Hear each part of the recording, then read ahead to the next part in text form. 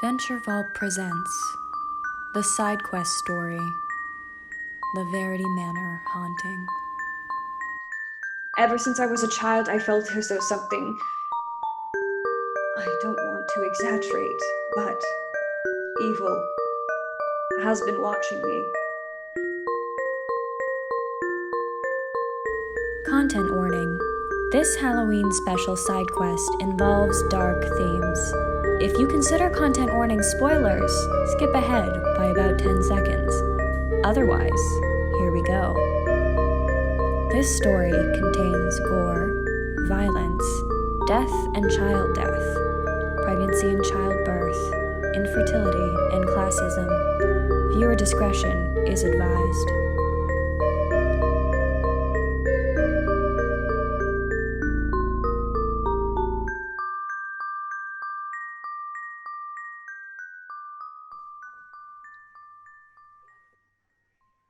Hello, friends. Thank you for joining us for the Venture Vault Haunted House Halloween side quest.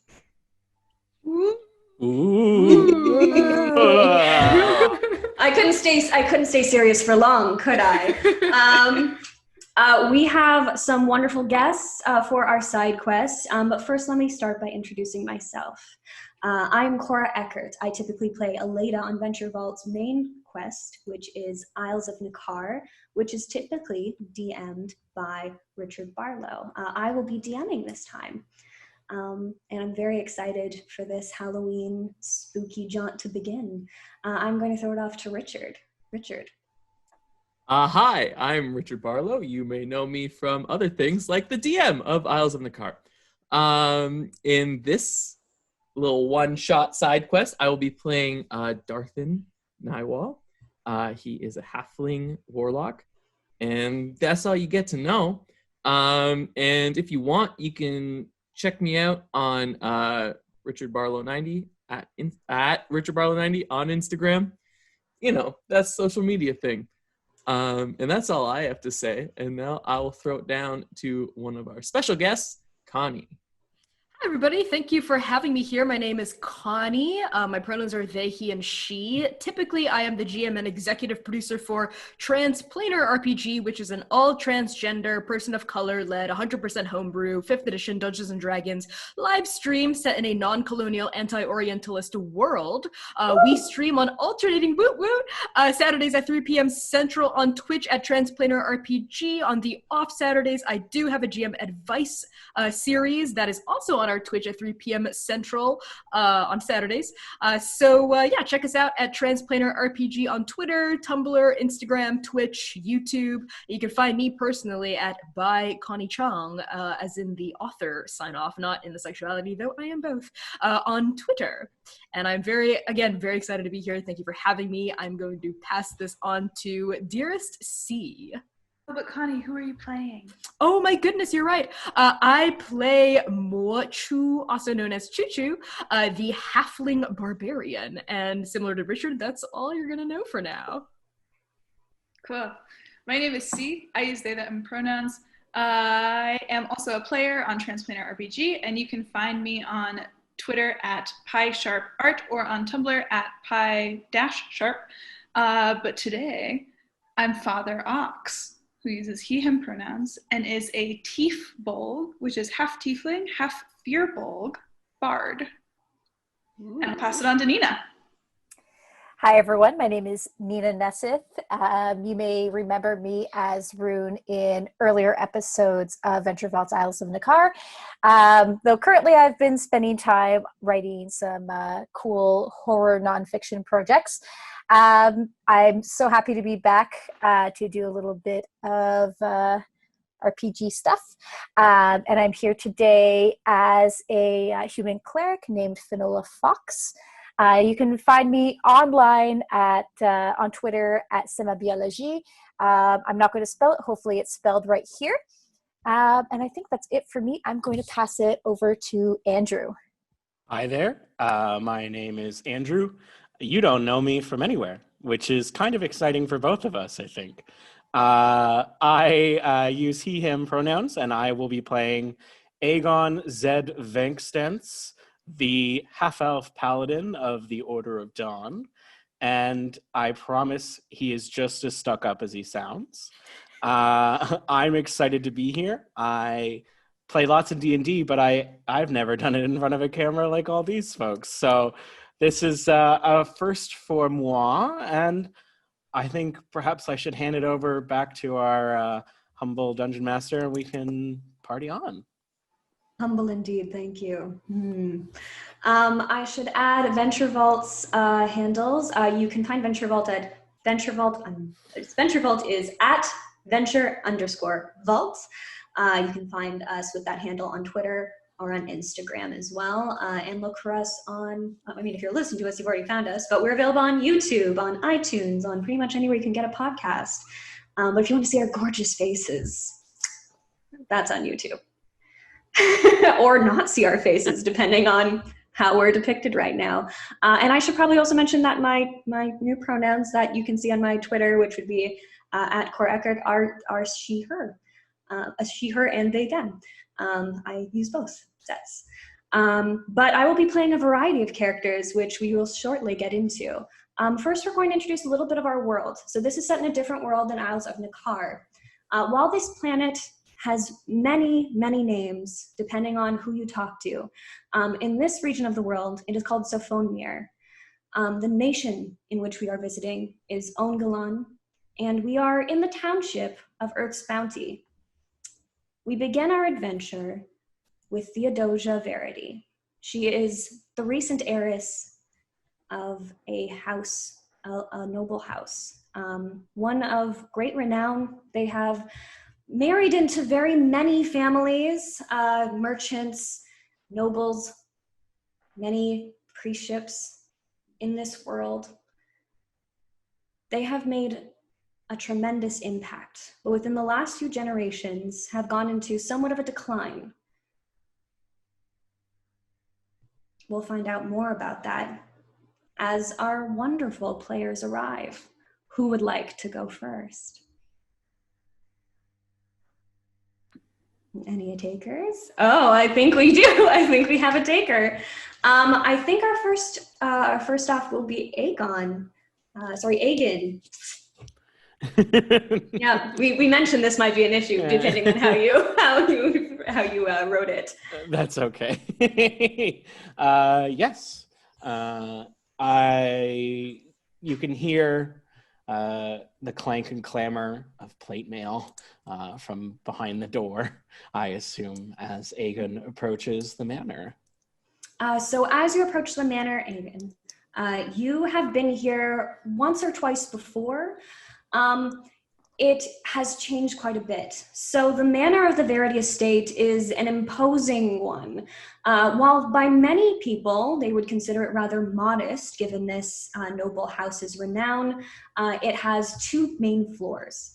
But it has been known that the heir of the Verity estate must always reside at the main Verity estate, which is where Theodosia is living currently.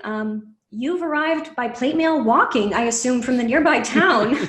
I believe I had a carriage ride most of the way. It's a hot carriage ride, wonderful.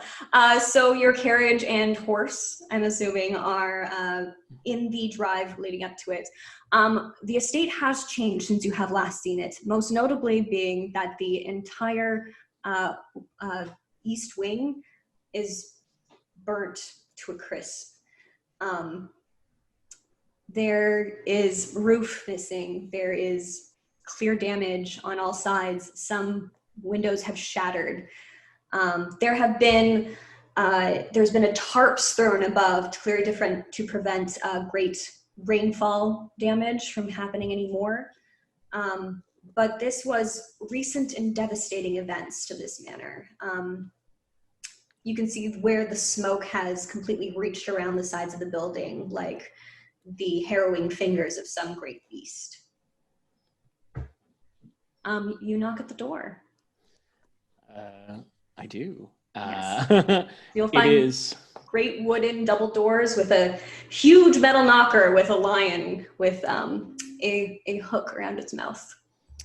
I upon arrival, noticed that soot is already in the air and brush some off of the inlay of my armor in the hopes of maintaining some decorum. The blue tabard sort of like brushes quickly off in the breeze, and I give the firm 1-2 in the assumption that everyone would know an important knock when they hear it. Shortly after you knock, you hear the scurrying of very light footsteps on the ground. You hear the grunt of an old woman pulling these huge double doors open. And you have actually met this old woman once before in passing. Her name is Olive, and she is the general, the head of the household that Theodosia has endorsed as like the main keeper of the estate itself. She does the cooking, she does the general laundering. There was a bigger staff here once upon a time, but it is unusual for her to be opening this door herself, given her advanced age. She opens the door, and upon seeing you, she says, young master, it's so good to see you again. I'm so happy to see you. And she scoops you up into a big hug. How do you react? Yes, I pat her twice on the head, as is astute and kind, and sort of like stand straight in the hopes that the hug would end sooner that way. And hello, I assume you are well. I mean, weller than. The hug lingers much longer than you would like it, and Olive finally pulls away, pulling tears from her eyes and says, I'm so sorry, Master Venkstantz. The mistress hasn't been well, and I'm just so happy that somebody is here to comfort her in her time of need, and I know that you're good friends. Thank you. I didn't know that you knew that. It's sweet to be remembered. Thank you. Yes, of course. Let me guide you to the parlor. That would be most lovely. Thank you. As I go, as she turns, I quickly give a 1-2 to the tabard to keep it in working fancy order. And with a high back and broad shoulders, I follow her into the estate. Wonderful.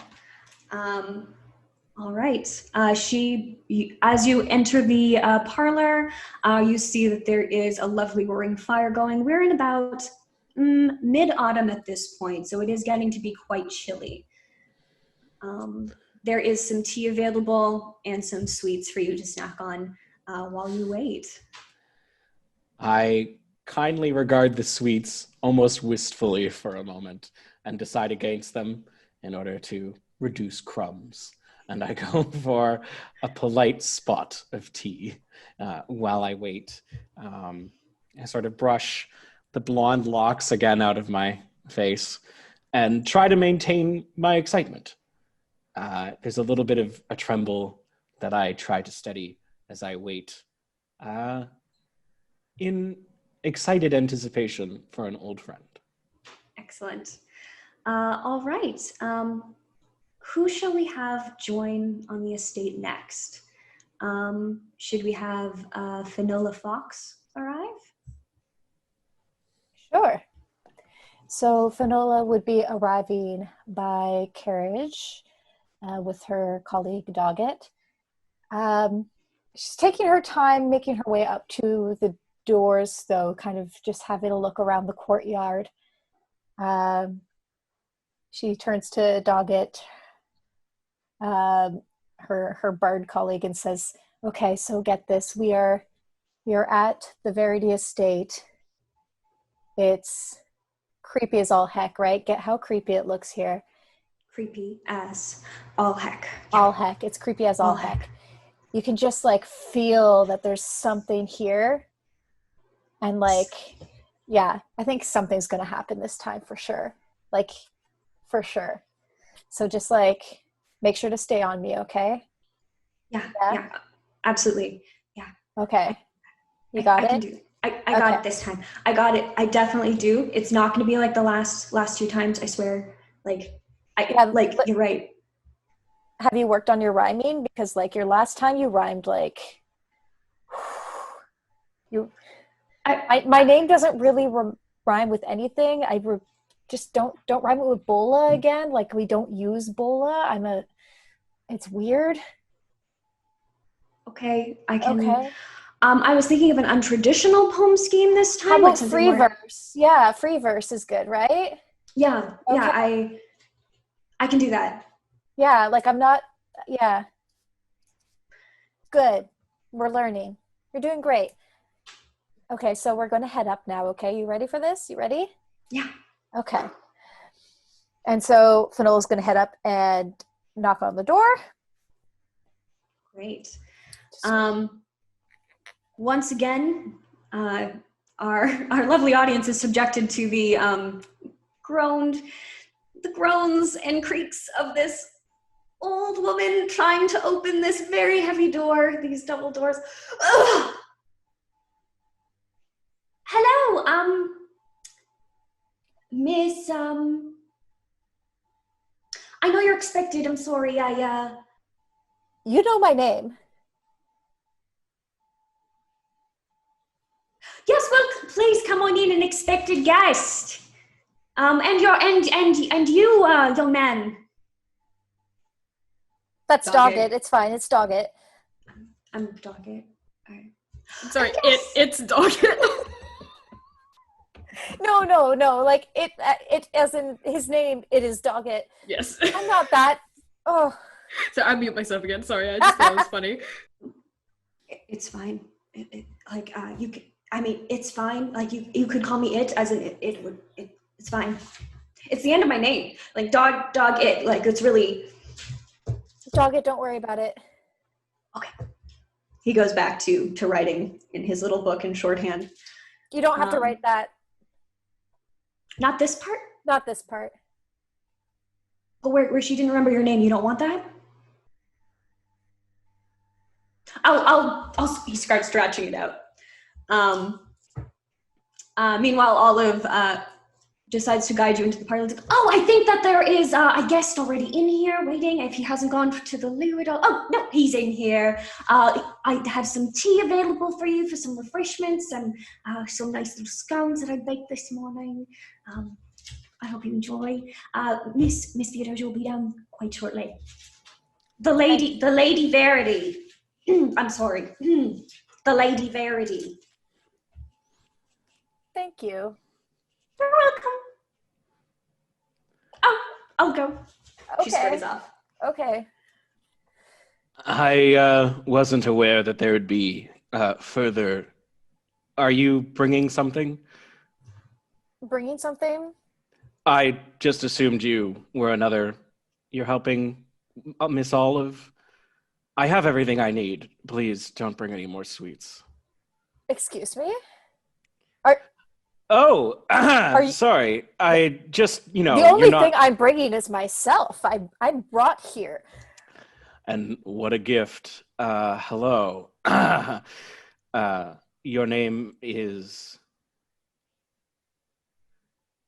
My name is Aegon Zedmore Venkstantz. I would love to make your acquaintance. Yes, of course. I'm sure you would. Doggett goes, oh, I'm sorry, we worked on this. This is the esteemed ghost hunter, Madame Finola Fox, renowned for her powers of perception, and he goes through his notes in his book. Sorry, I the bookmark fell out. Okay, it's fine. It's fine. I'm sure you've heard of me, Finola Fox, ghost hunter. I have. You're the ghast fiend, aren't you? You're certainly excited for the spectral undead. I think you and I have worked cases not in the same room, but perhaps one after the other. I am a ghost hunter like yourself. I hear you're very successful. Well, I am very successful, so working one after the other, you must mean after? Yes, that certainly must be it. I must have come long after you. As I'm sure many, many do. Charmed, your name was again? You can call me Aegon. Aegon. Miss Fox. It doesn't ring a bell, but yes, sorry. No, yes, it never does. That's fine. I was just curious why you're here. This is the Verity estate. Good, yes, you know where you are. That wasn't the question, darling. Well, it's an answer into itself, isn't it? Indeed.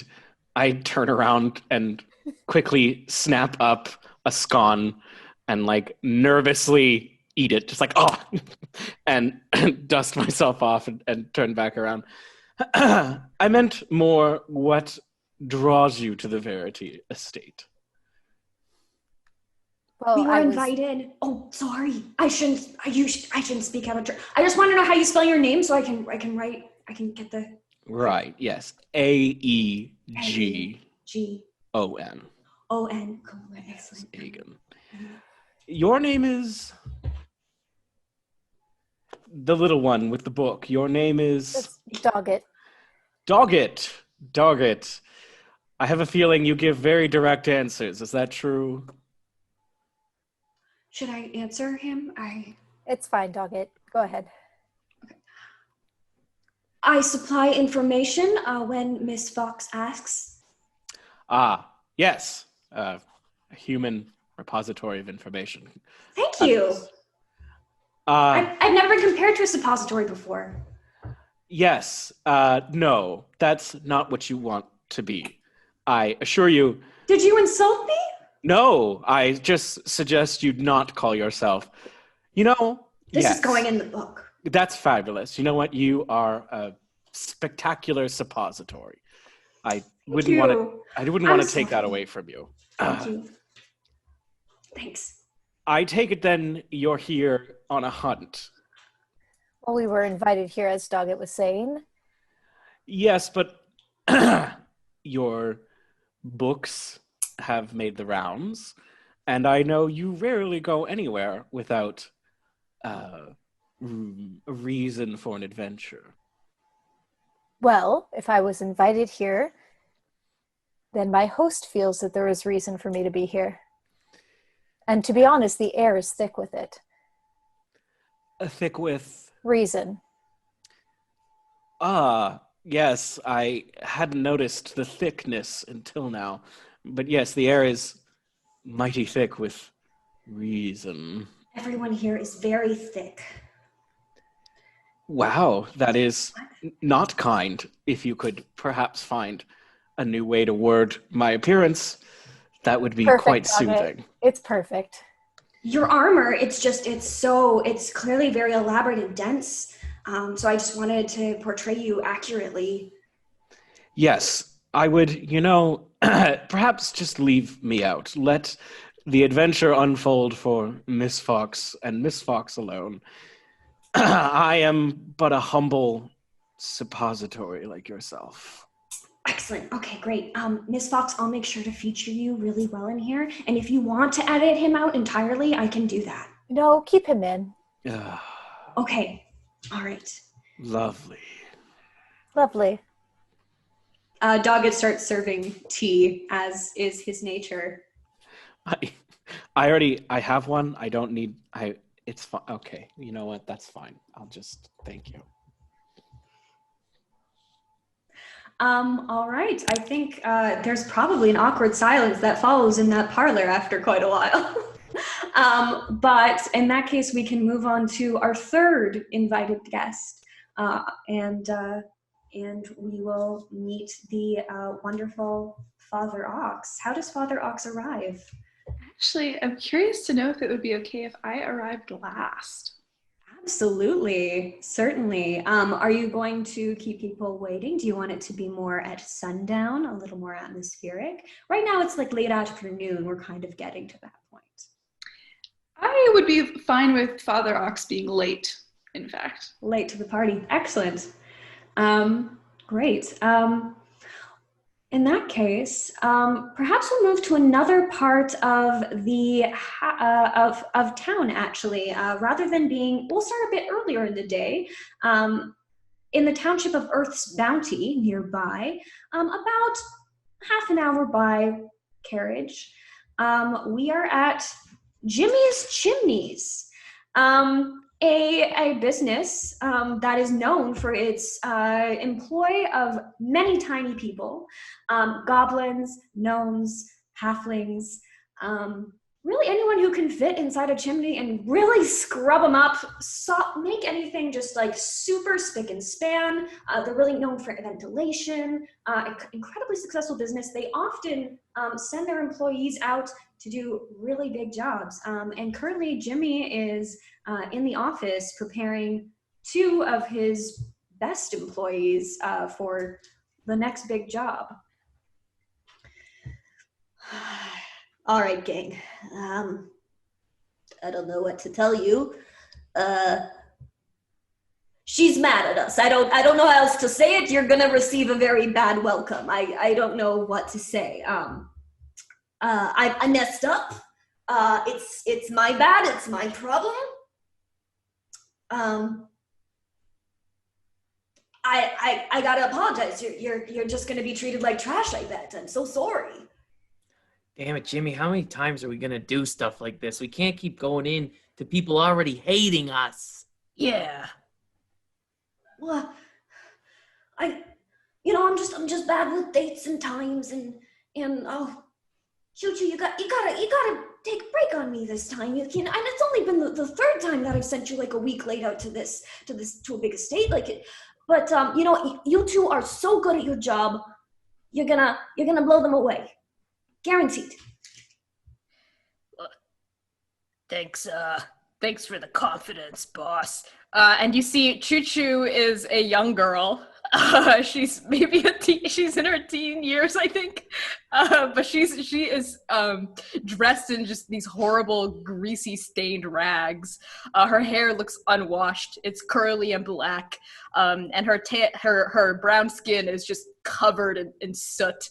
And she is absolutely ripped. She is just so muscular. This like 3'9" halfling, and she carries her chimney sweep brush. It's actually her weapon, lance. It's very, very big. It's extendable, I think. Right now, it's like slung over her shoulder. She goes, "You know what, boss? That's why we're the top dogs at Jimmy's Chimneys. We'll get any job done." Richard, would you also like to describe your wonderful sure. character, Darthen? So Darthen is also a halfling, and also covered in soot. The bit of hair that he does have, it's very thin, and like there's not a lot there. It's all slicked back. He's covered in scars from head to toe. What you can see, he's wearing also very ratty clothes. And this mask is not just a choice for Richard during this. He does wear a mask, which is covering up part of his face. And he is not so ripped, not like his counterpart. But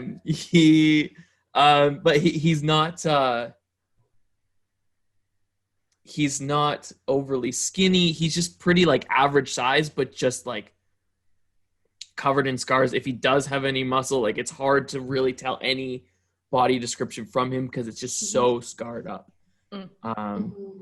And he does not look impressed whatsoever at this situation.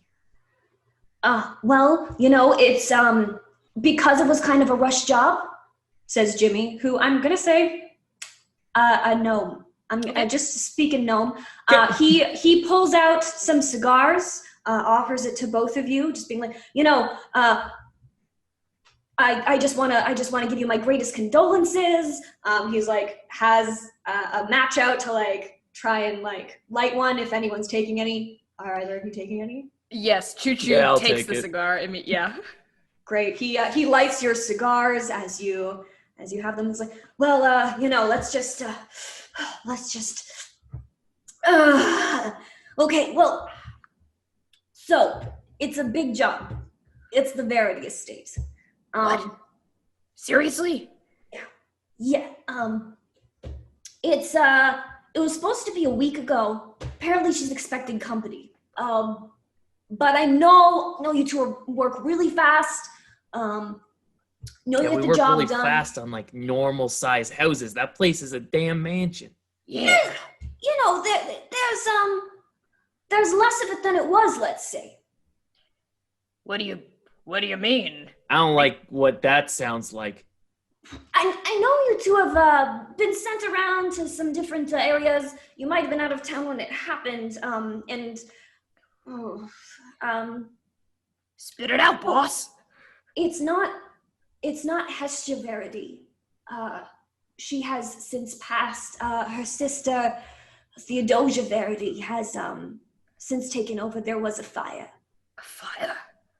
Oh, no You wonder fucking they need kidding chimney me? sweeps. If their chimneys aren't clogged up with soot, it's a huge fire hazard. I mean, if they had been getting regular maintenance from us, this would never have happened. You know, exactly. This is... clearly they didn't have the best people on the job, and thankfully they've heard of us and are renowned. So, you know, if they had been repeat customers, maybe we would have been on it more. But we're giving her a discount for the lateness that will not be reflected in your fees. I do know Olive up at the manor. She's very, very nice. She's promised lodging. She knows it's going to be like a week-long job for you to get this done. So that you do have lodging, food there. You're going to be well taken care of. She's a sweet old lady, sweet dame. It'll be great. I can send you, especially with Hortense, my goat. I'll make sure you're in the nicest little cart, along with all your equipment. So you don't have to walk out there. I'm not gonna make you do it. I'm gonna let you ride. All right. How does that sound to you, Dart? Yeah, fine, I'll do it. But Jimmy, I swear to God, if this sort of thing happens again, I'm fucking done here. Yeah, hey, And Dart, I mean it this time. Hey, Dart, he doesn't mean that. We're very grateful to be employed here. We will, however, be expecting a large bonus, given the circumstances. Absolutely. And you know what? He opens his drawer, undoes a little lock at the bottom, and scoops out some change. Here's 2 gold for each of you. Up front for your fees. It's going to be a harrowing job. So really appreciate you doing this and taking this on. And, you know, if we can do some extra maintenance, I'd really like for us to land this as a regular gig. So really give it the old spit shine. Let's see if we can find out what's going on with it. Like, what's going wrong? You got it, boss. The white gloves service here. Absolutely. Whole Oh, that package. reminds me. He takes out a burlap sack that actually does have a bunch of white gloves in it. And he's like, don't put these on until you do the test. Because no offense to either of you, but you're just, you're in the line of business, Yeah. Yeah. You got it, boss. He seals it up, ties it with double knotted, make sure that you don't get your sooty hands all over it. Okay. And hands it off into your grubby palms. Yes, Chū Chū takes it, nods, looks ready to leave, sort of glances over at Dart to see if he has anything else he wants to say. No, I'm done here. All right, well, thanks, boss man. We appreciate it. Okay, my goat's out front. She's waiting for you. Got it. As soon as we're out of the office, Chū Chū turns to Dart and says, Dart, look, I know boss man's really screwing us over, but you can't lose your temper like that. I can't take this anymore. That guy, he gets stupider every week. Yeah, it's got to be all the fumes and the soot. I have a working theory that it's killing our brain cells. Yeah, I agree with you on that one, but I mean, how dumb can you be? This place is half burned down. He's going to send the guy with burns all over his body. It must be traumatic for you. I'm very sorry about that, Dart. But listen, hey, once we get this bonus, you know what? You ever think about getting out of here? Getting out of Earth's bounty? traveling around the world, seeing what else there is out there. Every minute of every day. You know what? After this job, let's do it. You and me, brother. I love it. Half and half on the road. On the road. Let's get that goat. There's a goat out front of Jimmy's Chimneys. Okay. I just randomly picked up her name. Did I say Hortense? Did I say Hortense, I think? Hortense? Yes, Yeah. Hortense. Hortense the goat.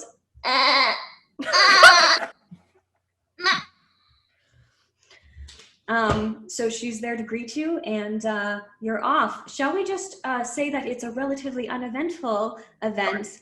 And when you arrive, there are actually 2 carriages already in the drive leading up to this. You see exactly what Aegon saw earlier, which is this formerly beautiful estate, still beautiful on one half, torched on the other. Probably a chimney sweep's worst nightmare, and especially Dart's, unfortunately.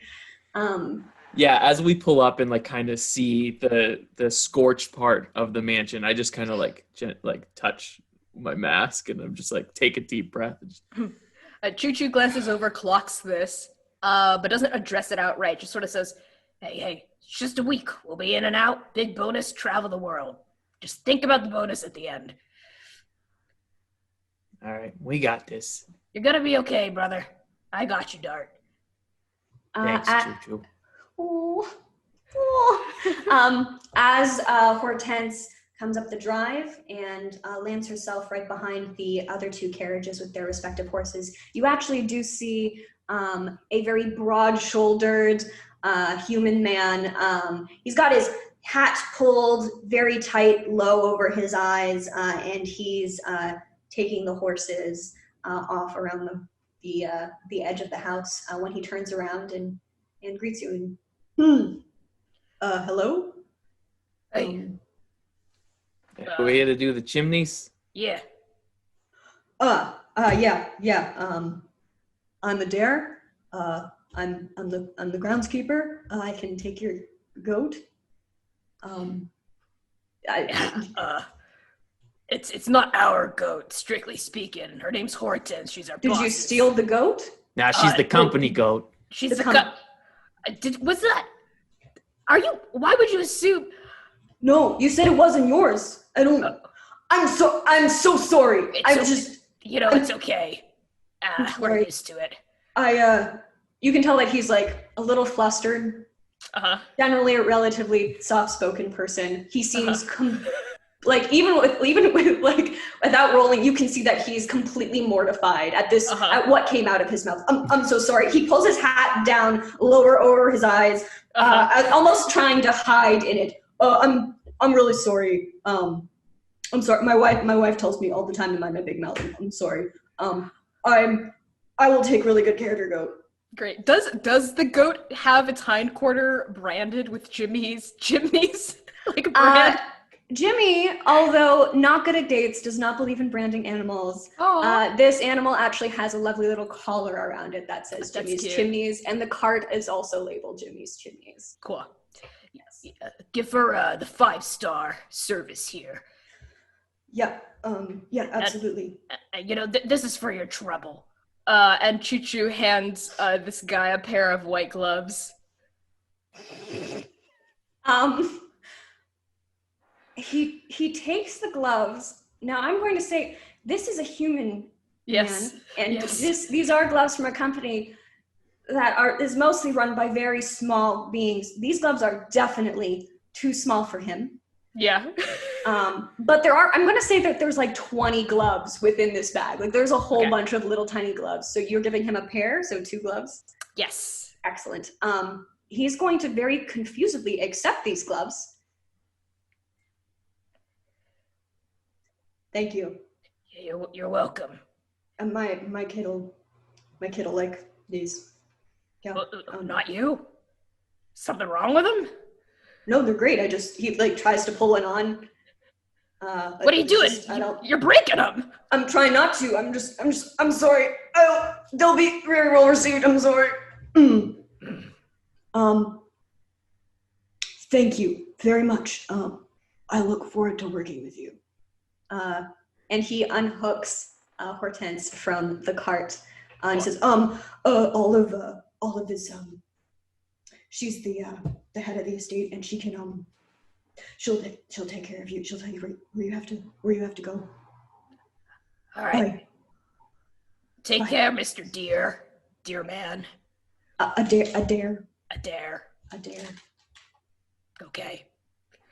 Come on, Dart.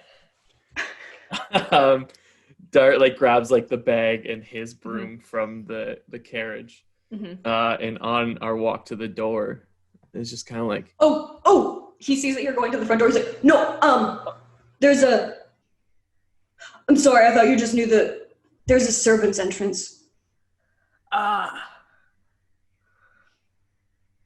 great.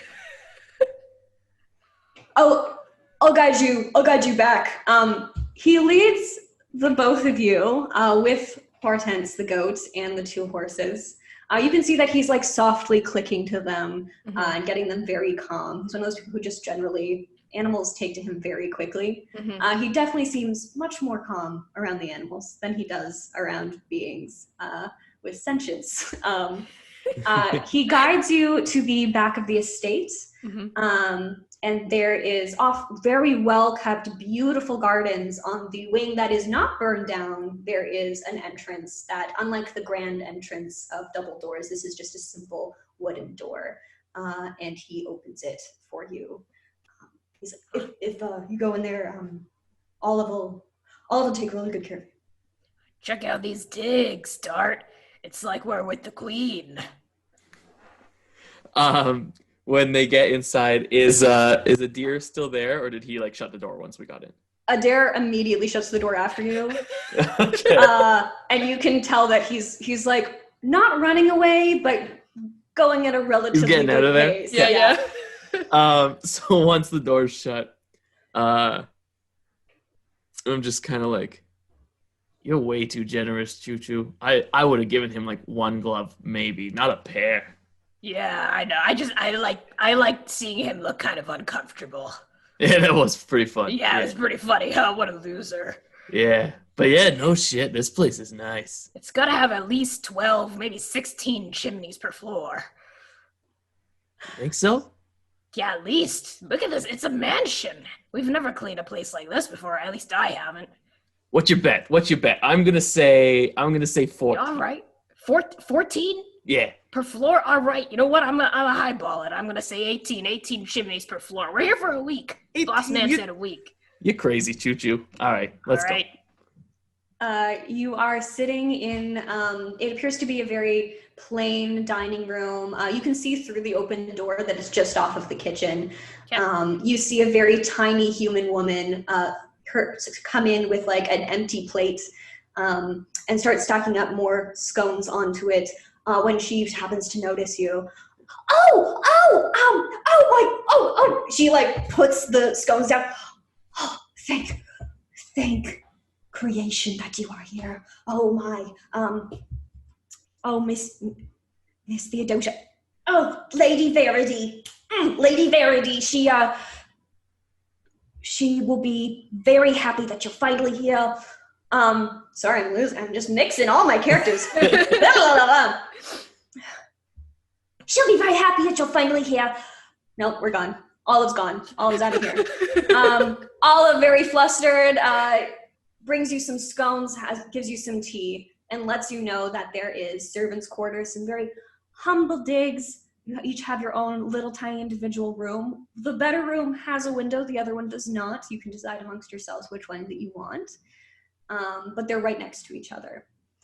And lets you know that you'll be sleeping right next to where her room is as well. So you'll be able to come to her for any of the needs. Right now, she's just set you down with some tea. She says, there are some guests currently in the parlor, but once they're out, you will be expected to probably start in the parlor, as that is where it will be expected. But she does sit you down so you have a little bit of a snack before things get going. If you wanted to take a look at the chimneys, though, she's going to say, oh, here's the kitchen one. you're welcome to get right up in there because she loves a clean chimney for her kitchen. So, Uh-huh. and Andrew, I saw that. That was not a dirty joke. That was We're not gonna a get dirty up- joke. all up in her chimney. She just she directs you to her chimney, and she likes it all up in there. She directs you to her very filthy chimney. Filthy, Just filthy. filthy, gaping chimney. Ew. It gets real hot and heavy in there. This sweet old lady, sweet little Olive. Oh. Make sure you taught. Never mind. Nope, we're gonna leave the joke. We're gonna move on because it's only gonna be gross. Put it in the And chat. I'm better than that. I am.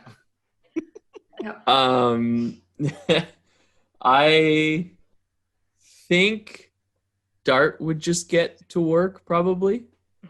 So he goes into his bag and pulls out what his weapon is, which is like, it's a sickle, but it's more of like a little scraper pick that he goes up into the chimney with to like scrape, like get right into the brick and just like scrape everything out. Oh my, that is unconventional, isn't it? Well, I do love your work ethic. Enjoy. Thank you. Well, we are the best in the biz, and don't even worry about the guests. We'll be like shadows on the wall. They won't even notice us there. Oh, whoops! Excellent. And I accidentally knock over the tray of scones, and it goes clattering over the floor. Oh, that's fine, dearie. I've made a whole bunch. And she pulls out like fresh ones right from the oven. Oh, nice. Come to mama. And Chū Chū's gonna start. She slaps your hand. These are for the guests. Oh. I have special ones for you. Oh. There's a whole like cookie jar that she like, honestly, probably the size of your entire torso. She like is dragging it on the counter towards her. Ugh. Oh, let me help you with that. Oh, sorry, I stress fake. Ugh. You must be very stressed out, Oh. Olive. Well, it's just there's not many of us here, and Yeah, what's We could been use going that. on? And I cast a very knowing look to Dart, like kind of trying to reference the fact that our boss wants to know what's happening. Yeah, what's been stressing you out, Olive? oh well, I don't really know if I should. I don't really know if I should say. We're just here for a week. Dart's, he's been eating some of the scones off the floor. And he's just like, come on, Olive, you can tell us. We're buds. We're all workers here. Yeah, we're servants, right? Using the servants' door, can't go through the main door. Yeah, that's a fun rule you guys have. Roll persuasion with advantage. Which one of us? Both of us? Or just Dart? Or Mm, just me? You can pick. So I have a -3 charisma. So Dart, if I'll you roll. wanna, because you're a warlock. Persuasion. Hold up, Connie. Did you say a -3 charisma? My charisma's a 5. I have the charisma of a dead-eyed mule. Okay, stop. So persuasion, I got an 18. You don't Excellent. use the reroll ones. Lots of people do that. I reroll ones when I roll stats. You're married to it. I appreciate that. Oh yeah, it's commitment. An 18, excellent. Sorry, Andrew, I thought that you were referencing the reroll ones for many halflings, which some of them have the lucky trait. So that's that. I've played a halfling before and totally forgotten that. So just Oh keep no, that in I was mind. just talking about Do I stat have- rolling. I I'm don't think sorry. No, that's fine. Let's nerd out. It's not like this isn't for people who aren't interested in D&D. So That's true. yeah. All right. Oh yes, mechanics. That's what we came here for. Yes. An 18, excellent. You, with an 18, you see Olive's face crumble like the scone on the floor. Oh god.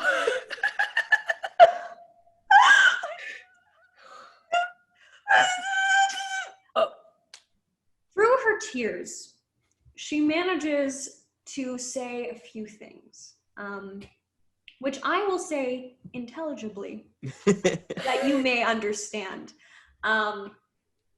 She talks about how the recent death of Hestia has been very difficult on her. She knew Theodosia and Hestia from when they were babies. She's 70 years old, still very strong for her age, and in good health, all things considered. but she actually was a nanny and a nursemaid to Theodosia and to Hestia. Known them since they were born. She is understandably horrified that a woman who she regarded almost like her own daughter died a horrible, horrible death in a fire. Theodosia hasn't been back for many years. It's been a good 2 decades.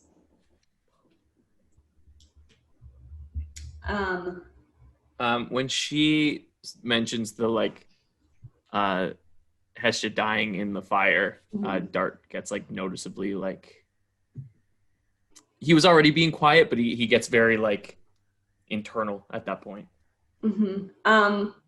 Olive, I'm gonna see if Olive notices that. She's a pretty sweet bean. It's a 13. Are you trying to hide it? Yeah, he'd be trying to be tough. Okay. All right. Roll a charisma saving roll just to see if you roll against. It's a 13, so you just have to roll against that. Okay. I like my odds. But they're not good enough. Just a 10. A 10. Olive has been sobbing into your shoulder, and she can feel you stiffen. And she looks up and she sees your mask. She sees your scars that are evident. She pats your shoulder. She's like, I'm so sorry, dearie. I didn't mean to. You're in a dangerous line of work. And I'm just so glad that you're here. Dart just awkwardly is yeah, fires suck. And we'll make sure that chimneys are cleaned and they won't happen again. Yeah. Yes, that's good. Again, unintelligible.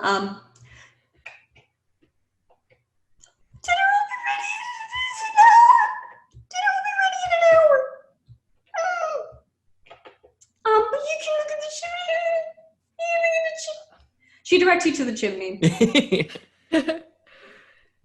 Now, so you do have an option. Because you two are so small, I have actually created a way for you two to go around the manor through chimneys. How high do you want to go?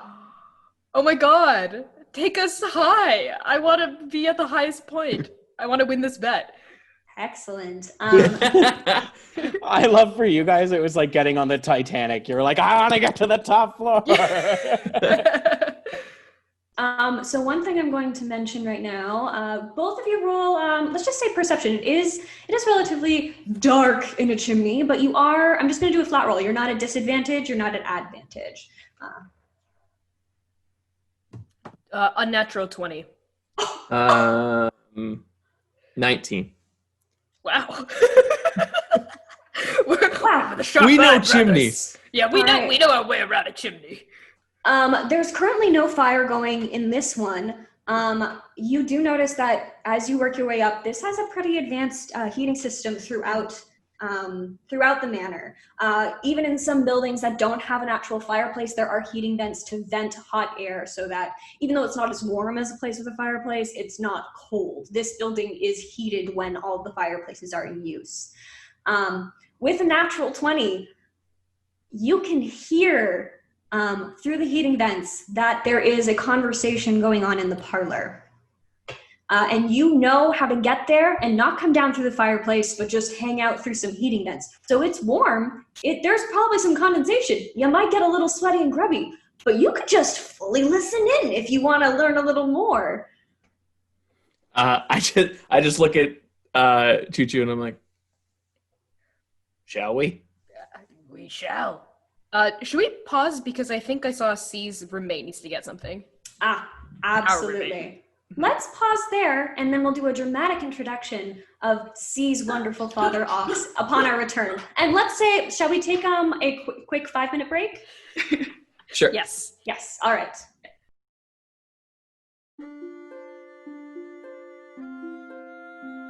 The Misfits want to share their treasure with you. Help us get to 500 followers here on Twitter and be entered to win this set of dice. Looking for more ways to enter? Subscribe to our YouTube channel, or like, comment, and subscribe. And we're back from our break.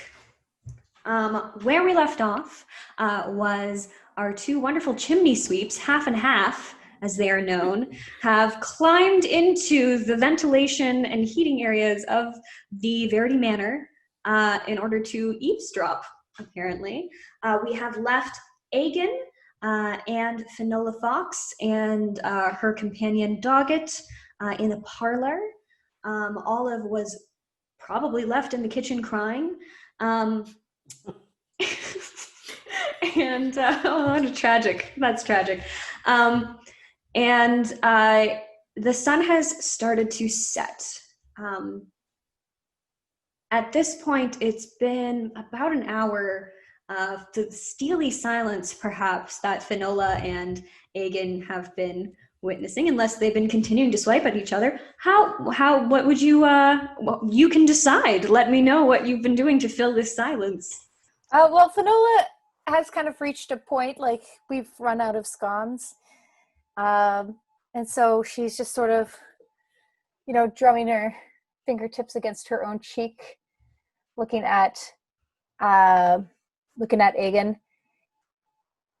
I am nervously writing in my journal, where it's mostly just images. I draw images of like killing blows I have struck and like things that I've done that I think are great that I would never tell anyone because I don't want them to think that way about me.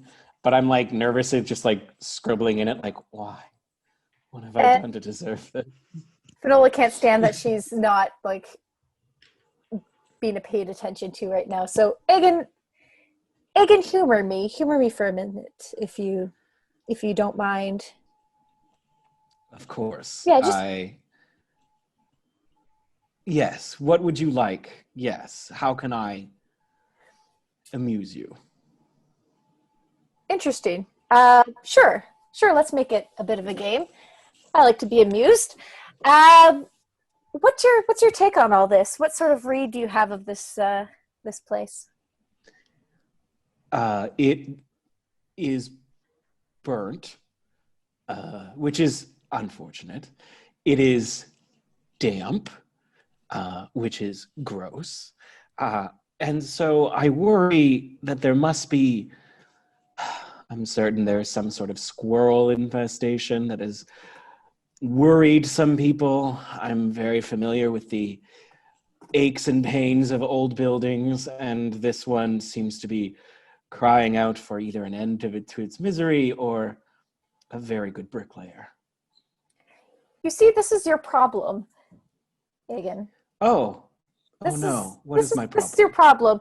And I sort of take on his voice, try to mimic him, like, oh, I'm Aegon, and I'm so stuffy, and it must be squirrels, moldy squirrels, and, it couldn't possibly be anything else. I'm so boring. And so I just kind of, like, mock him back at him with, like, I think a pretty good sounding imitation, if I do say so myself. Would you like to roll for performance on that imitation? Yeah, I want to get that. I was about to. Let's have that happen. Cool. I got advantage. I'm just taking advantage. No, I do. I have the actor feat. Oh, okay. Unfortunately, I rolled very terribly both times. But even with my terrible roll, I got a 10. I rolled a 2 and a 4. Oh, Jesus. I am wounded. You see sort of like the eyebrows come up and down and then towards each other. And yes, I'm sure it's very, very entertaining for you to keep the human beings around you at bay. I'm certain the dead have far more patience for you. You're missing my point. I'm not talking about... I'm trying to help you. Oh, convenient. That's what I came here for. What are you helping me with?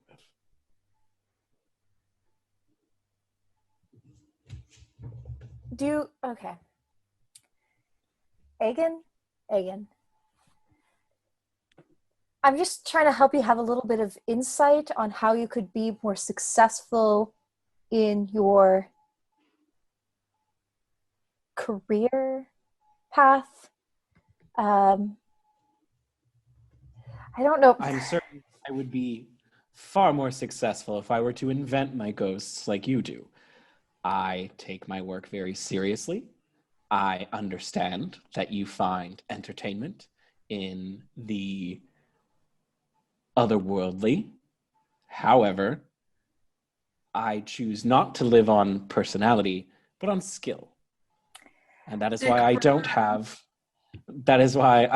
have a little man following me around writing everything that I want him to write. I'm going to quickly interject and say that C did receive inspiration for saying sick burn.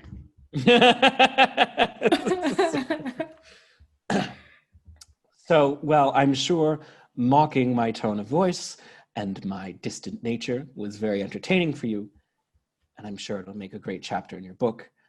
I doubt it will help you find an actual ghost this evening. I'm really disappointed that you're not taking the advice that I'm giving to you. Personality goes a long way, but also, how can you think that I don't care about myself or my work or my skill? Obviously, I care a lot about myself and my work and my skill, or I wouldn't be who I am today. Indeed, yes. You certainly care a lot about how others perceive your worth and your skill. That is undoubtedly true. If only Theodosia would descend the staircase. There is a well-timed knock at the door to the parlor. At this point. There truly is a creator. I'm surprised that you say that. I just want to say, during all of that, while we were eavesdropping, Dart was loving every minute of it. He was just up in the bed, like, oh. Yeah. Just two shooting Chū Chū looks, just being like, yeah, we're having like a face journey between us. But as soon as the word ghost comes up, Chū Chū kind of freezes and like leans in and says, "What the? Did you hear that? They said ghosts." Yeah. You think that's what's going on here? And maybe that's when the knock at the door comes. Right then, the knock happens, and they don't wait. Whoever's at the door does not wait for an actual entrance, because they are, in fact, the owner of the estate. And I'm very sorry, I have two cats that are playing in the blankets at my feet, and I'm going to move them out of this room because they have gone under my blankets. And I'm very sorry for this very suspenseful moment, because I do want to introduce everyone. One moment, please. Chester. Oh.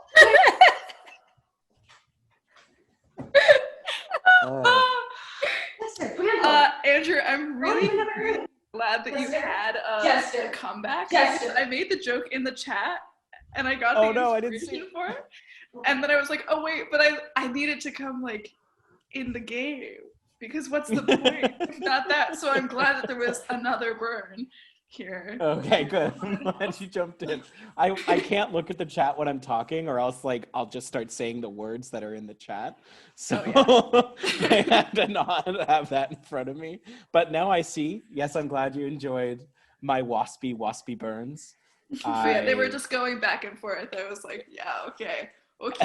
As a product of two very, very stern wasps, I know these dinner conversations well. That was such a wonderful exchange. I loved every minute of it. Why won't you let me help you, Andrew? When you're like, I want to help you, like, part of me wanted to be just like, oh, please help me. The DM has returned. Oh, good. So, sorry for the intrusion from my very rude cats. Can't believe I rolled a freaking 2 and a 4 on that. Sorry. I was just like, Okay. It's better. what's It the was point more of this hurtful feat? that way. It's good. There's a knock at the door. The person who is at the door decides to come in. Now, see, when you said you wanted to join last, did you want to join after Theodosia or? Yes, okay, great. Theodosia enters the room.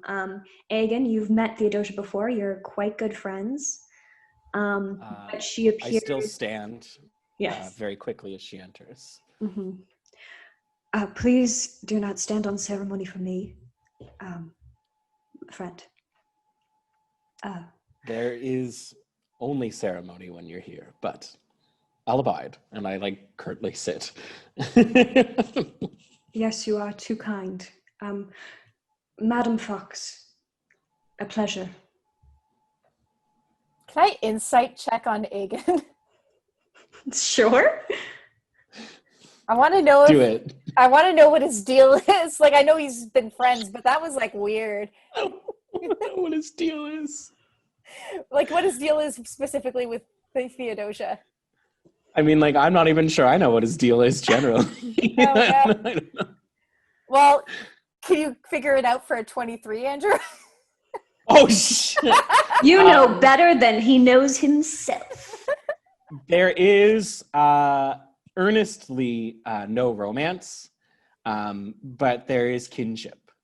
It is very much just sort of like this is a weird aside. Is Finola upper class? Like, has she been raised in any nobility?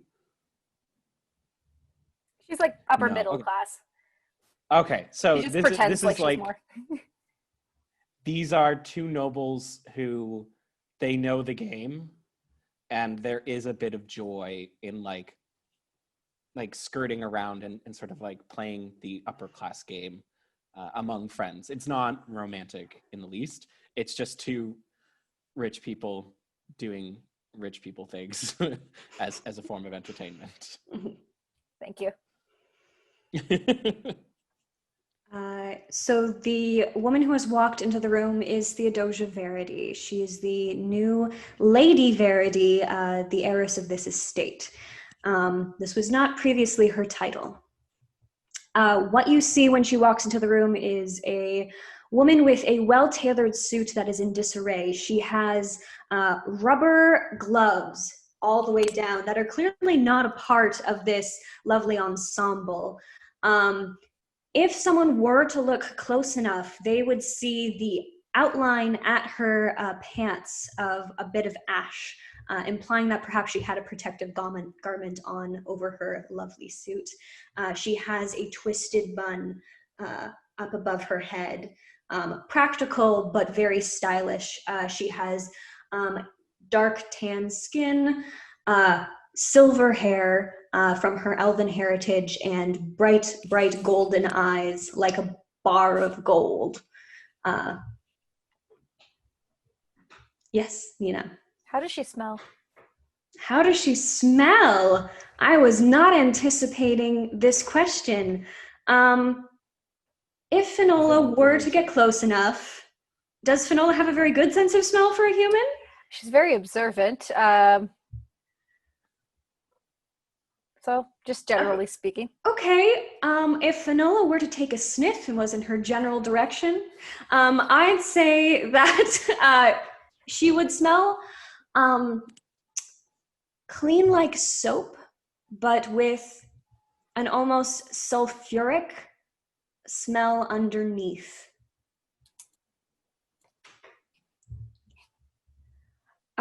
Please be seated.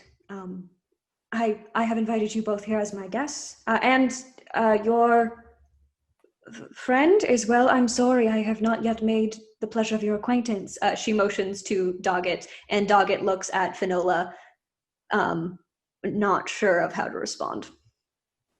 It's fine, Doggett. This is Doggett. He's my colleague. Suppository. Theodosia doesn't respond, but she just kind of twitches her eyebrow in amusement at that, but assuming that there's an in-joke that she'll be filled in on later with Aegon. Filled in with, oh gosh, terrible. I take that back. I take back everything I've ever said. And Doggett rises to introduce himself. Yeah, I am. I'm Doggett. He bows deeply, but very awkwardly, and continues to stay in the bow with his face on the floor and does not rise. Doggett? Mm-hmm. Doggett, please get up. He lets his body very slowly rise up. Oh, that's good. That's good core strength. Good job. Are you okay? Mm-hmm. Do you want to sit down? No. Okay. Do you two sit? I curtly return to my seat and give like the knowing diagonal nod, and sort of like motion her to the other empty chair if she'd be willing to join us. Theodosia motions that she will join you shortly, and she looks out the window. It is getting dark, and unfortunately not all of our guests have arrived yet. But I do see a light in the darkness. That must be him. One moment, please, while I get the door. She exits the room. C, now is the introduction of your wonderful character, long-awaited character. Okay.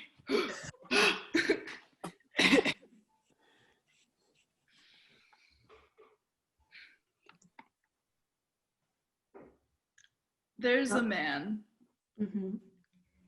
standing outside in the courtyard.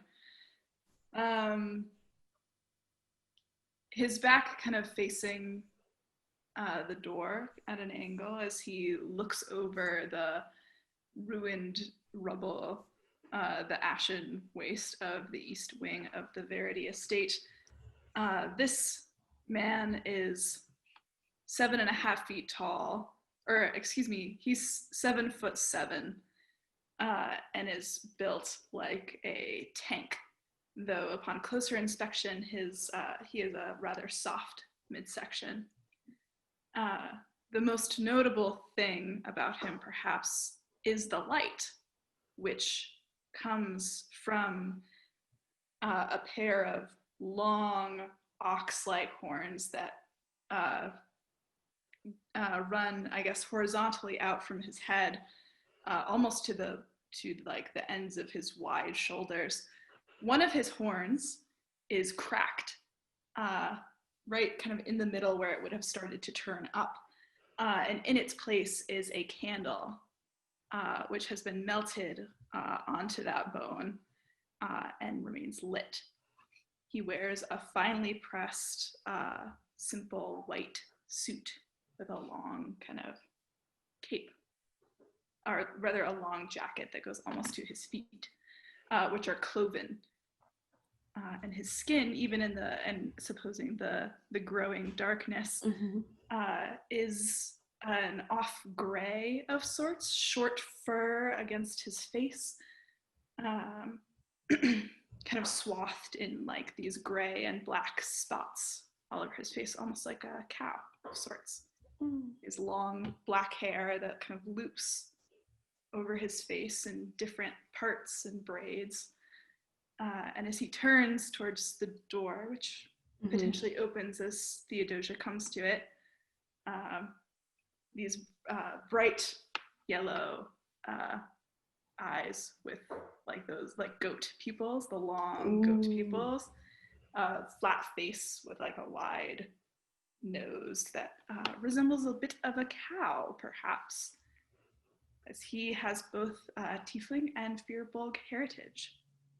Wonderful, beautiful. The door has indeed opened a crack with much more ease than it did for our other guests, as the young Theodosia opens it.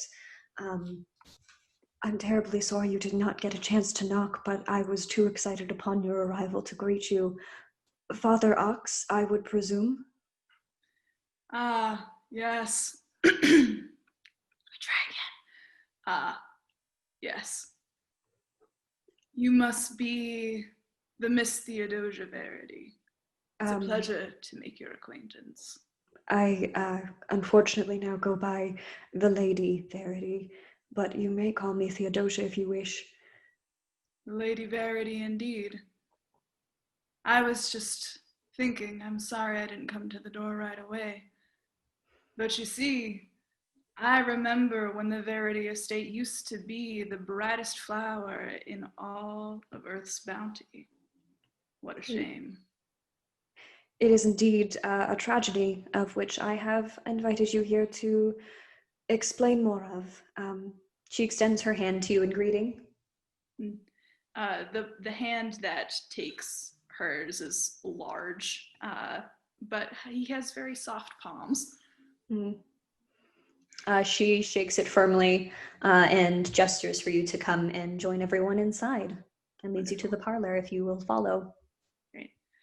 Father Ox clasps his hands kind of behind his back curtly, and he walks with a very straight back, though he kind of has to like duck to get inside the doors, perhaps. Or maybe the front doors are probably big enough, but definitely into the parlor. Definitely into the parlor. The front doors you'd be able to clear just fine, but into the parlor you would indeed have to duck. Yeah. And Father Ox does so willingly. He kind of, slides in sideways almost. Well, it appears that our company is all assembled. Shall we get to business? Can we see from where we are or just hear? I suppose it depends. How deep into these heating vents do you want to be? I will say that there is a vent above the room. There is a fireplace in the room that is currently crackling, but there is a vent above the room, the far end, where if you were to look on your maps, which I provided you, which I will bring up for our viewers at home, it would be behind the couch, kind of where the table is at the back of the room. Most people probably would have gravitated naturally to the seating areas in the fire. There is a vent above that to pump heat into the back of the room, kind of just to keep that gradual heat all around. So if you were to move up closer to it, you might have to do so with a bit of stealth, but you definitely could try. Nice, loud, I love it. Yeah, I think at this point, Dart at least is so intrigued by everything that he's like, I want to see everything. Dart, where are you going? Dart! I can't see shit from here. I gotta go up there. Come back here! Dart, come on! You come with me. This is good shit happening. I don't want to get in trouble.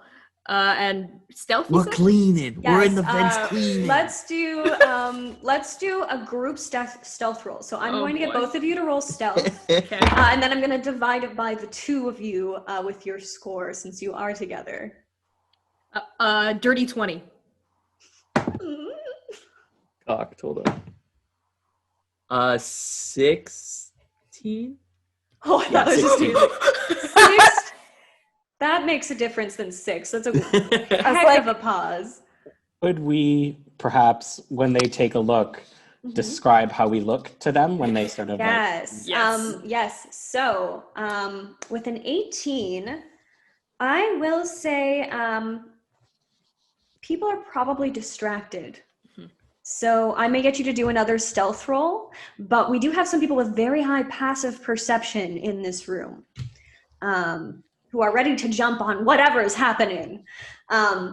So I will allow, just for the sake of introduction, for you to sneak a peek at who is in the room so they can describe themselves, and then we'll see how they react. You did get a joint 18 with divided between the two of you. So that might be difficult to beat, but it is possible.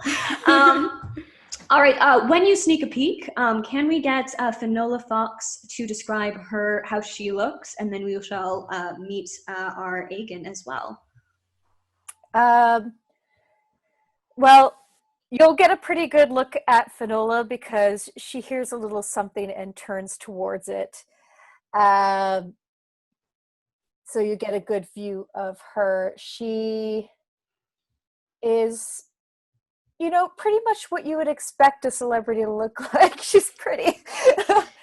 But she, it's a human woman with, a nice strong jaw, just a hint of the butt chin, but just enough to make it cute. And she's dressed really well, but not in especially expensive clothes, more like really well chosen clothes, tailored well to last a long time. Everything's just a bit too well put together. It's very consciously put together. I think that's pretty much all I need to describe about her. Mm-hmm. You said Robin Tunney. Shall we move on to Aegon? Yes. Okay. Aegon does not pick up on the noise right away, but he does curtly look to Finola, seeing her gaze sort of draw astray in the room. Physically, Aegon looks very like most half-elves in this part of Ongillan. Is that correct? Sorry, you're referring to the country, the nation, Ongillan. Ongillan. Yes, Ongillan. Yes. He has shares some features with many of the half-elves of the region, except he has rich golden hair with dark honey undertones. It's swept to the side in sort of an attempt to sort of control his natural waves with his undercut on the sides. His skin is a faint white with a few sprinkles of freckles and imperfections, strong high cheekbones and a harsh jawline, with naturally rosy pink cheeks and lips, with icy blue eyes, with gold around the pupil. He seems to constantly look suspicious. His eyebrows constantly in a slight arch, paying attention to that around him. Having seen him stand up to talk to Theodosia, it's clear that he's about 6'3", with quite broad shoulders. He wears full plate mail. It's adorned, it's sort of a bluish silver, with all the sort of filigrees of the rising dawn on the pauldron, and his blue tabard with the symbol of the rising dawn on his tabard, and his ostentatiously golden swords on either side of his belt sort of glint and probably catch the eye of anyone looking down, especially being able to see the hilts from above. And he sort of curtly looks again at wherever Finola is looking, and then back sort of to Theodosia, and resets himself as he looks again over to Father Ox with interest, with a keen interest in what has brought what he can only assume is another otherworldly specialist to the abode. Mm-hmm. Now I will mention. Yeah, sorry, Nina. Sorry, just one thing I wanted to mention is that once Father Ox enters the room, I definitely change my composure a lot. This is a lot. Finola, do you think that would sufficiently distract you from the sound that you heard above? Or would you just let that life move? I don't think I'm super, I think I turned toward it. I don't think I was super laser vision into it. I think it's kind of like a... The reason I bring this up is because Finola has a passive perception that is extremely high. It is a passive perception of 19. Wow, okay.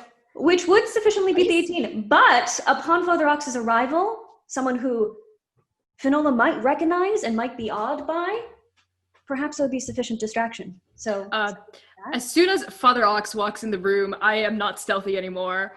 Chū Chū sort of is whispering, narrating, oh, they're both so pretty for no damn reason. Fuck, I know that guy! Dart is also, when he's seeing everyone, he's just this is a good-looking fucking get-together. Yeah, Holy shit. fucking... And then when Chū Chū yells that, He's like, what? You know what guy? You know the fucking giant guy? Yeah, the Cyclops, big Minotaur looking, huge, giant. Am I being loud? Are you being loud? Yeah, I don't think Probably. Chū Chū is not very discreet. No, it's reverberating in the vents. Okay. In that case, I think if you allow it, I think everyone's gonna hear you if you just started freaking out above them. Yeah, definitely. What's he doing here? What the hell's going on? Ghosts? That guy's in full armor. I can't. Darn, I can't. And Chū Chū's gonna start scooting backward, like frantically. Do I see, like, if I'm looking at everybody, am I seeing them all look up at, like, where we are? I would say that since you've outright declared that you were yelling, I'm gonna say that everyone hears you at this point. Cool. So, Yep. as Chū Chū's leaving and I see everyone's looking at us, I'm just like, yeah, just make sure you get those bricks on the way over there. I'll be over there in a second. I just gotta, I'm just finishing up this spot. Both of you roll a dexterity, a saving throw. Okay. Roll to scooch. 17. 9.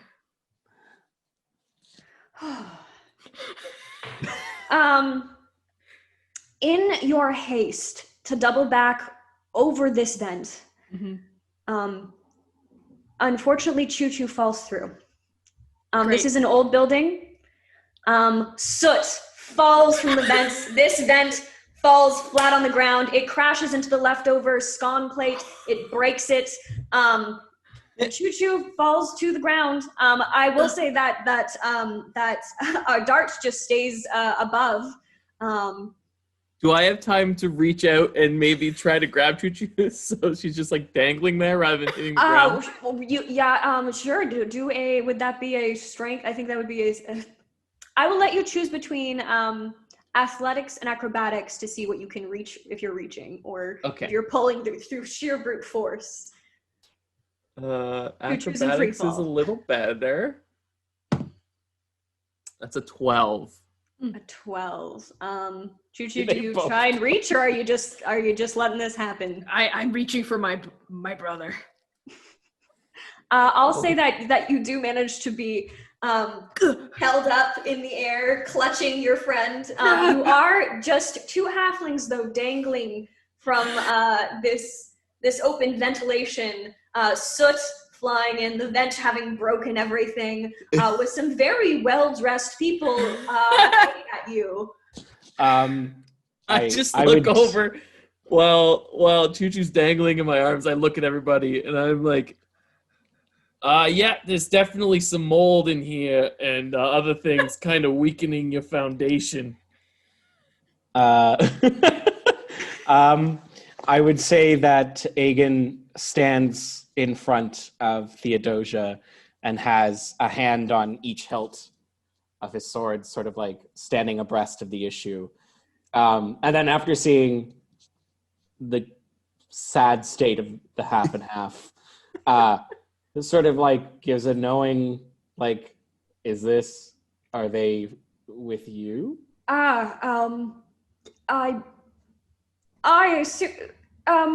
Excuse me. She starts addressing you. Fine. You fine. People. Perhaps it might be easier to come on down this way. Father okay. Ox. You good if I let go? Sorry, Father Ox. What was Father Ox going to say? Father Ox rests a hand on Theodosia's shoulder, and he nods. That's quite all right. I'm actually familiar with these two fine people. Mo Chū, why don't you bring your friend down here? It's a pleasure to see you again, although in such different circumstances. You know, I'm a chimney sweep, and this is my friend. We're chimney sweeps. Look, Father Ox, I'm not. If you're here, I don't want to be here. I'm getting out of here. There's no way. There's no pay that could get me to stay, and that's the Chū Chū way. How the fuck do you know who I am? You've hired a rapping pair of chimney sweeps. What a wild investment, Theodosia. I had known you'd come into money, but I hadn't expected you to squander it so instantly. I'm so sorry. I am thrown off. Father Ox, would you be so kind to help escort our new guests down? Father Ox kind of takes some slow, lumbering steps forward. Does a little head tilt, and then just kind of grabs Chū Chū in the midsection. You can feel free to let go now anytime you like. And just lowers her to the ground. Will you be joining us? She looks up at Dart. He's very flustered right now, so he probably doesn't matter how good his acrobatics or anything normally are. He probably flumps right out, trying to be. Dog it cast Featherfall. Aww. Excellent. He is useful. You very gently find your way to the ground. I'm also very confused by that because, I fell and then I wasn't falling, and I'm like, What? Dart, how did you do that? I have no fucking idea. Who are you? He looks up at Father Ox. My name is Father Ox. It's a pleasure to make your acquaintance. I might have extended the truth just a little bit. I only know Mo Chū here. Are you sure you won't be staying? We were up here, like Dart said, we were looking at mold, right? Dart, there's a big mold problem in the vents. Yeah, it's everywhere up there. It's black mold, green, all kinds of mold. It's all the molds. But while we were up there, I did overhear, I wasn't trying to, but we did overhear something about a ghost. Ghosts going on. Theodosia noticeably goes a bit paler and puts her hand to her chest, takes a deep breath. Why don't you all have a seat? And Tart points to us two even up the two of us. We can clean the furniture after. No worries. That is not a remark upon you your fine selves. It is merely an observation about the fact that you are in the chimney vents. Yeah. Okay. I stand up from the seat that I was in and point it to you two, and I go and sit on the far more filthier couch on the other side to I'm sorry for the quip. It wasn't fair. You didn't deserve. Just sit. And then I go and quietly sit on the dirty couch. It's fine, pretty boy. You can keep your couch. And Dart and I, we're good. We can just, right, Dart? We're good wherever. Yeah, this is fine. I don't need to sit down. We can just stand here. All right, I am going to check in very quickly. We are at in Sudbury. We're in 10:39 p.m. here. We are going a bit past what we had initially done. Did everyone want to finish up? Did we want to pause here around, wrap things up quickly, or did we want to go for another little bit for exposition's sake? I'm okay for a little bit of exposition. Yeah, we can push a little further. I'm fine with that. Yeah, that's fine. I just had a quick question before we continue. Or I guess it could be part of continuing. Does Finola recognize Chū Chū by name? I think Chū Chū's case file is probably known as Mo Chū. Wouldn't have been known as Chū Chū. But Father Ox did say... call you by your name. Yes. So that would probably ring a bell. Okay. Mm-hmm. Thank you. Mm-hmm. I'm just puzzling over that right now. I did not anticipate word of this to get out. I realized I have invited some wonderful guests here who specialize in the paranormal. From what I understand from reading about Father Ox's good works, Mo Chū, you are... I'm a chimney sweep. I'm sweeping all day with my good pal here, Dart. My big old chimney duster. We get in the cracks real good. No, White glove service. Nope. I know exactly who you are. No, you don't. And Dart, because you know Chū Chū so well, you can recognize the telltale signs of their temper beginning to kick in. You can see like a little like vein beginning to bulge on the side of their neck. No, you don't. I'd maybe cool it on the upset in this one. I didn't say anything. And while I'm saying that, I also like kind of like take a few steps away. I'm terribly sorry. I didn't mean to upset you by bringing up the past. I merely wish for discretion in my family tragedy, and do not wish for gossip to leave the grounds. You've picked strange company for lack of gossip. What is it that is happening here? To be frank, I am not entirely sure myself, and I have called 3 of you here. She also looks at Doggett. 3 of you here because you have such a vast array of different experiences with the paranormal.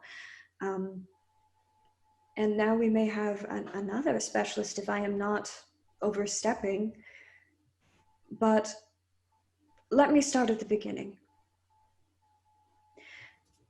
As you all know, I have recently come into the title of the Lady Verity of the Verity Estate after my late sister's awful and ill-timed death.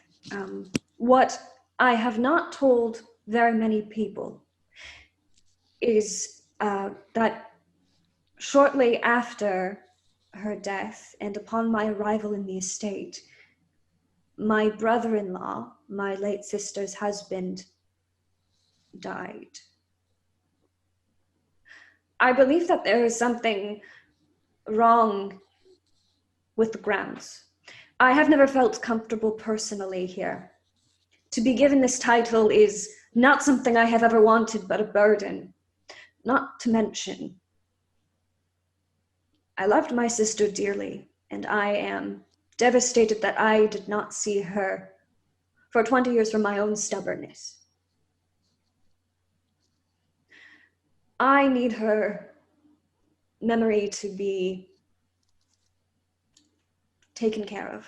I need whatever is going on here to be settled.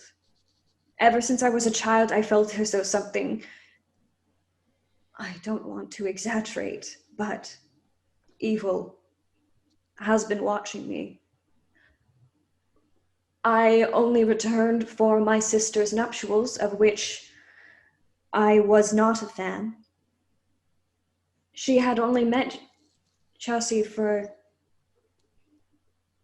a few weeks when he came to the estate on some noble quest.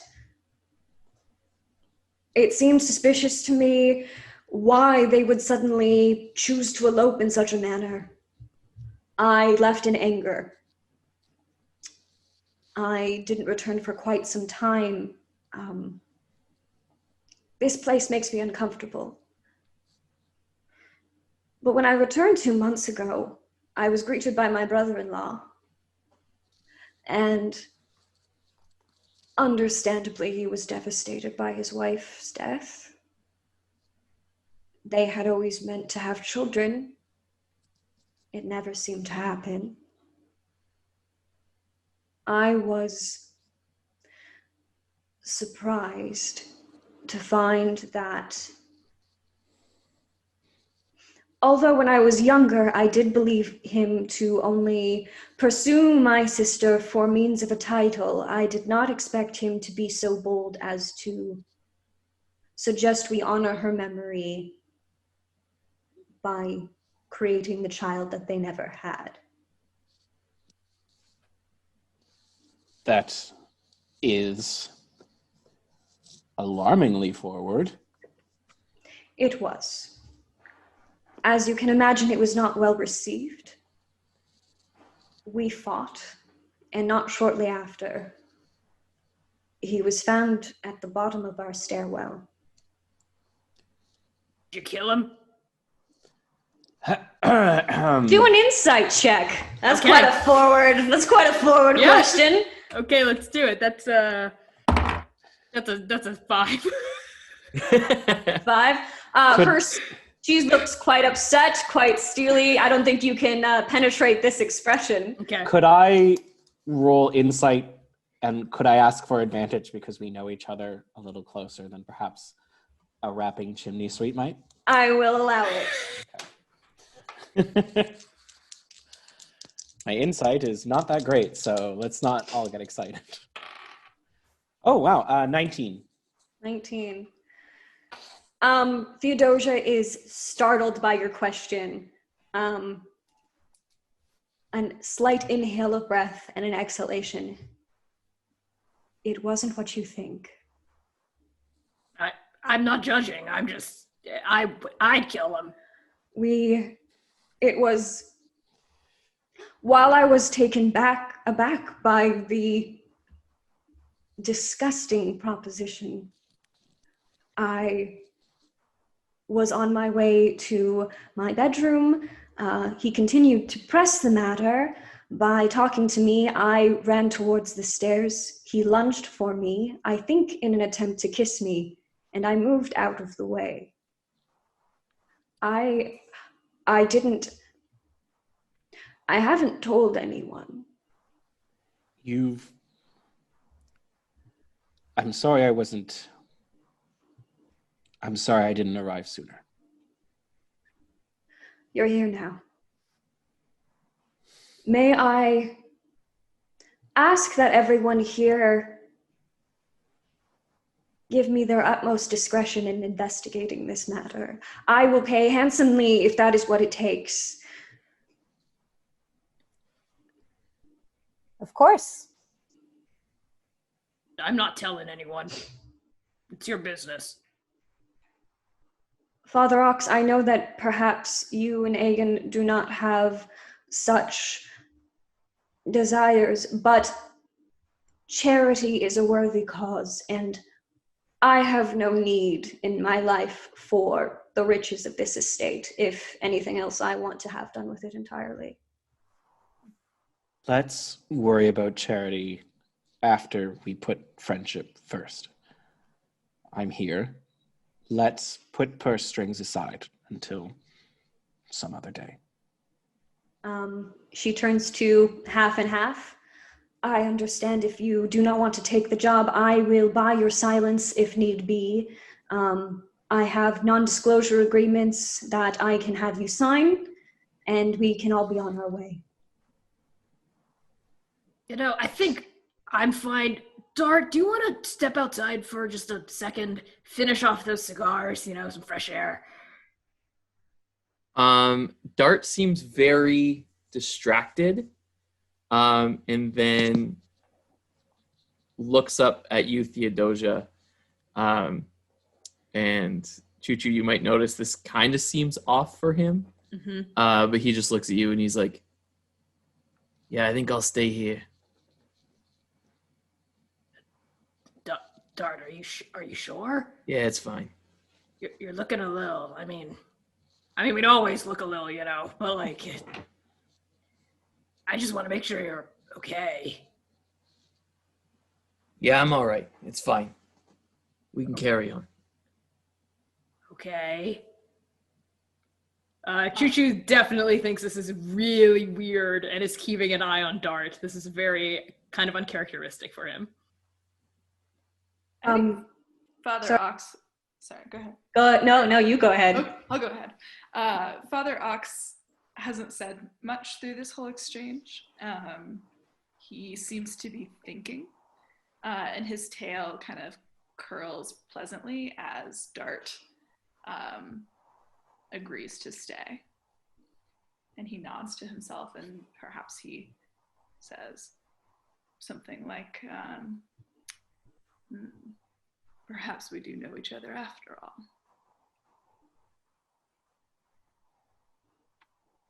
Dart doesn't really respond, just kind of gives you a look like, I don't know what you're talking about. But I kind of do, but I don't. Theodosia sits down in one of the empty chairs. She is visibly drained. I did not expect to say so much tonight. I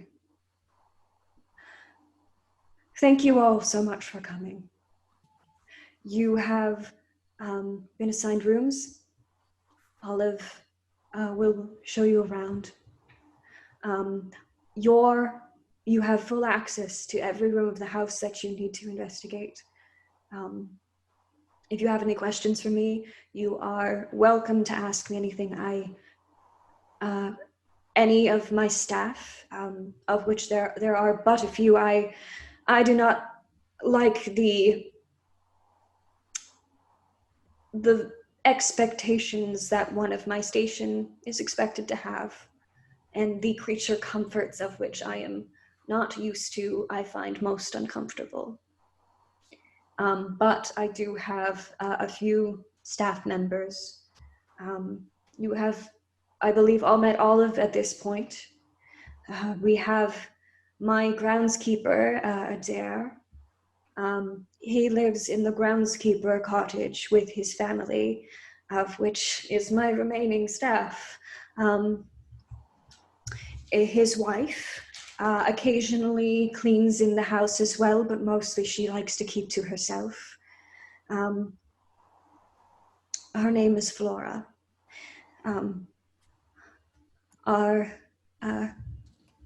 They have 2 children. I'm so sorry, I am a bit flustered. They have 2 children, a young teenager, and their young son as well. The son tends the horses, and their other child occasionally helps Olive with cleaning and serving. You'll see them both around the grounds. All of them are very lovely people. I'm sorry, I am finding myself quite distressed. There's no need to push. We're not going anywhere. I think we've all been suitably enraptured. If you need time, we can take a short walk around the grounds and you can recover, and you don't have to. You're not at fault, and there is time. Let us know what you need. Thank you for your understanding, dear friend. In that case, I may retire for the evening. You all have, the length of the grounds. I do recommend, it is getting darker this autumn. I would recommend waiting until tomorrow, but do as you see fit. She takes a ring of keys from her pocket and puts it onto the coffee table. This shall grant you access to any of the grounds, any locked doors. Olive also has many of the keys, as does our groundskeeper. Please let me know if you need anything. I am not feeling myself, and I shall retire. She puts back on her giant rubber gloves that she had earlier this evening, and she goes to leave the room. Hold on. Yes, sorry. Where are my manners? It's okay. I'm sorry for your loss. That sucks. Do you need help cleaning the toilet? We also run like a toilet cleaning. Your gloves. Oh, no, these are for my studies. I find solace in work. Oh, okay. Theodosia, what is it that you are studying? It is all too much to explain tonight, dear friend, but on the Of morrow, course. perhaps. I shall bring Olive in, and she shall show you to your rooms. I look at the group and then go for the keys. I reach for the keys at the same time. Looks like we have some player versus player action, everyone. I will say, roll as though you're doing initiative with your initiative bonuses or subsequent problems. Perfect, my worst stat. Just the way I like it.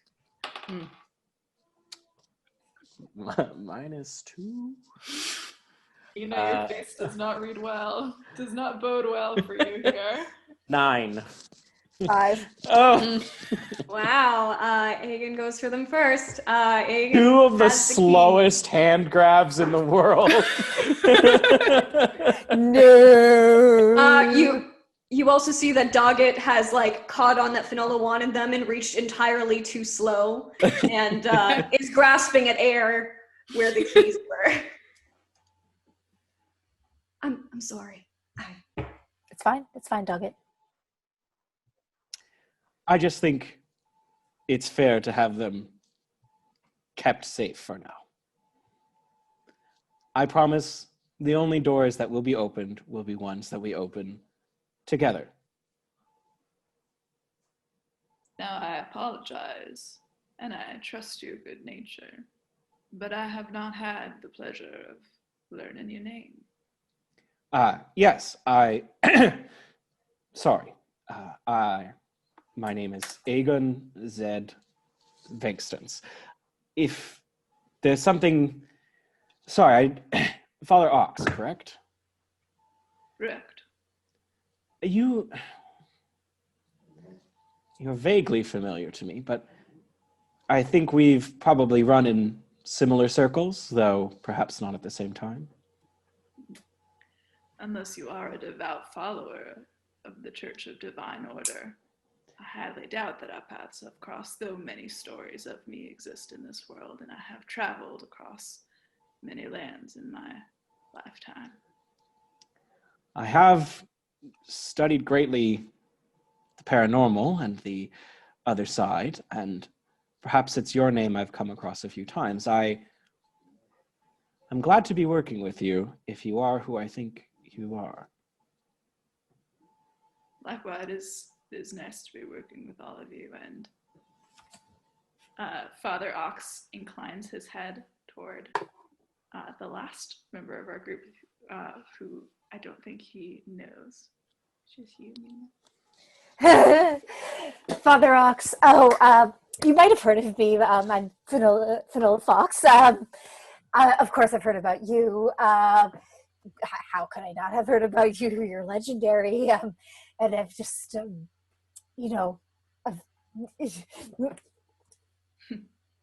Legends, I believe, are reserved for stories. Everything that I've seen is unfortunately not a story, but it is truly a pleasure to make your acquaintance, Ms. Fox.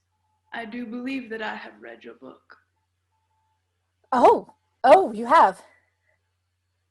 Doggett at this point reaches into his satchel and pulls out a book as well as several drawings that have been commissioned on Finola's behalf of Father Ox, and is gesturing to her do you want me to get him to sign these? I have he back into the satchel. Just frantically Yeah. for him to put them away. No, get up. No. Wow, it's an honor. It's an honor, of course. You know, it's rather foolish of me. I should have known you would be coming. I would have brought my book for you to sign. Ah, well, perhaps next time. Well, of course, I'd be happy to send you a copy. that's, signed. And of course. Olive at this point comes in. Well, hello there, dearies. She looks and sees the disarray of the room, the bench that has fallen from the ceiling and crashed in part her beautiful scone plate, the soot that has been tracked across the room, trailing to two very filthy halflings, and goes, well, it appears I'll have my hands full tonight. Well, I'll help clean up. It was the mold. No, dearie. You're guests and you have your own job to do. I'll get you settled. One moment, she takes off her apron and puts it on the ground as if to gesture for one of you at least to shuffle your feet upon out of the room. Yes. As Chū Chū shuffles over, sort of addressing Dark, but also definitely loud enough that other people can hear, and perhaps it's generally addressed to other people as well. 10 copper says the lady of the house has her dead sister in the basement is doing experiments on her. What did you say? I'm joking. It was a joke. I mean, everyone's so tense. I thought I thought it was a good one, Chū Chū. Thanks, Dart. I mean, come on. I'll put my gold piece on it. I will have you know that young woman is buried in the family plot. She has been laid to rest. I know. I'm sorry. Maybe it was distasteful. Tough crowd. Extremely. Here. I think it is time for you to go to bed. Yes. Okay. Yes. Olive. If you will let Olive might just grab your ear. Ow! And try and drag you off out of the room. What are you, 10,000 years old? How are you so strong? Don't you talk back to me. Ah. The filthy mouth. I will wash it out with soap and water. Dart will follow them and be like, hey, would you let Chū Chū go? Excellent. With that auspicious ending, I think we might end our session for tonight. Fascinating. Hey.